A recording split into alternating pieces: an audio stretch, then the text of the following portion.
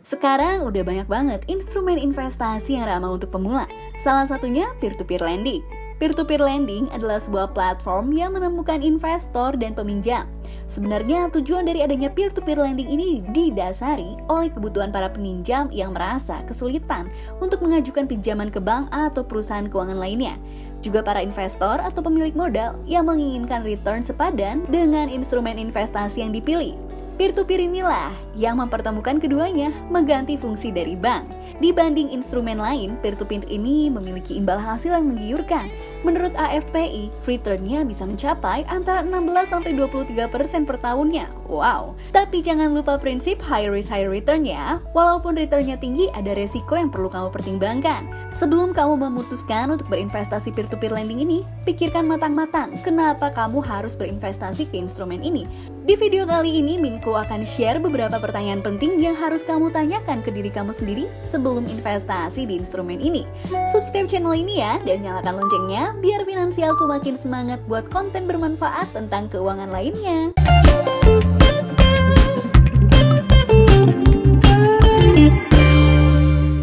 Pada dasarnya, investasi yang bagus untuk semua orang gak bisa disamaratakan. Misalnya, Adam Levine lebih cocok menggunakan peer-to-peer lending, belum tentu dengan Tony Stark. Kalau saat ini kamu mau mulai investasi peer-to-peer lending, baiknya coba deh kamu tanyakan pertanyaan-pertanyaan ini ke diri kamu. Berikut pertanyaan-pertanyaannya.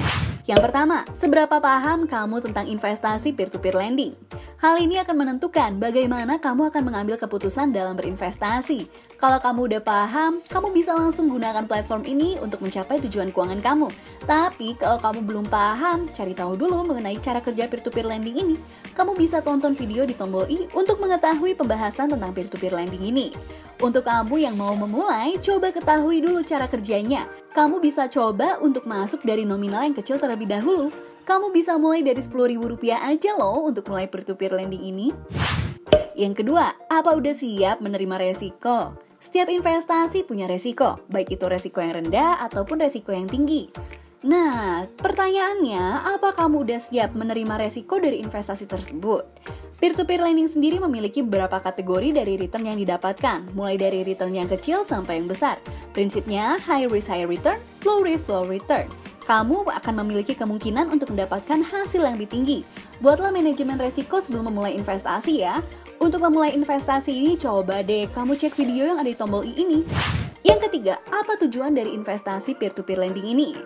Setiap investasi harus punya tujuan. Kenapa? Saat kamu gak punya tujuan, gak akan ada angka pasti berapa hasil yang kamu harapkan dari investasi tersebut. Selain itu juga kamu gak akan mempersiapkan resiko dari investasinya. Ujung-ujungnya kamu akan bingung sendiri dan bisa-bisa malah merugi. Coba tentuin dulu tujuan dari investasi kamu. Apa investasi ini untuk dana pendidikan anak, beli rumah, menikah, modal usaha? Terus kapan sih kamu ingin mencapai tujuan tersebut? Tahun ini, tahun depan, atau kapan? Kalau belum tahu, coba tentuin dulu.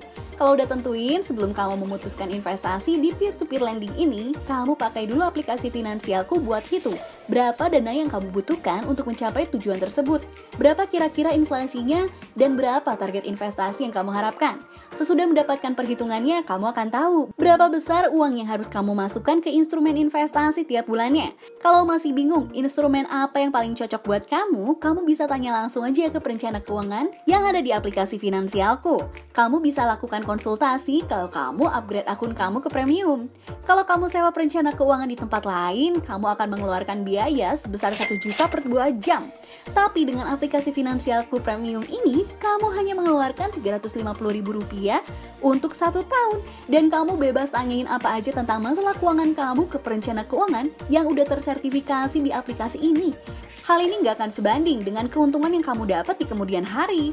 Hari ini kamu beruntung banget karena kamu bisa pakai kode promo Top 5 Finku buat dapetin potongan harga 10% dari aku.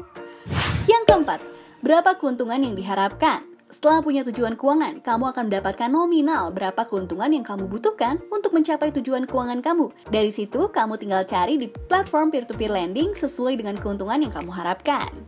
Yang kelima, kapan kamu ingin mendapatkan keuntungan? Di platform peer-to-peer lending ini menawarkan beberapa waktu peminjaman, mulai dari 1 bulan sampai bertahun-tahun pun ada. Tentukan berapa lama lagi kamu membutuhkan dana tersebut beserta bunganya. Pastikan perhitungan ini tepat karena kamu nggak bisa berhenti di tengah jalan. Kalau bingung, langsung aja konsultasiin ke ahlinya. Ingat, malu bertanya, sesat di jalan. Semoga dari video ini kamu bisa menentukan apakah investasi peer-to-peer lending ini merupakan investasi yang tepat buat kamu. Jadilah investor yang bijak. Selamat berinvestasi. Bye-bye.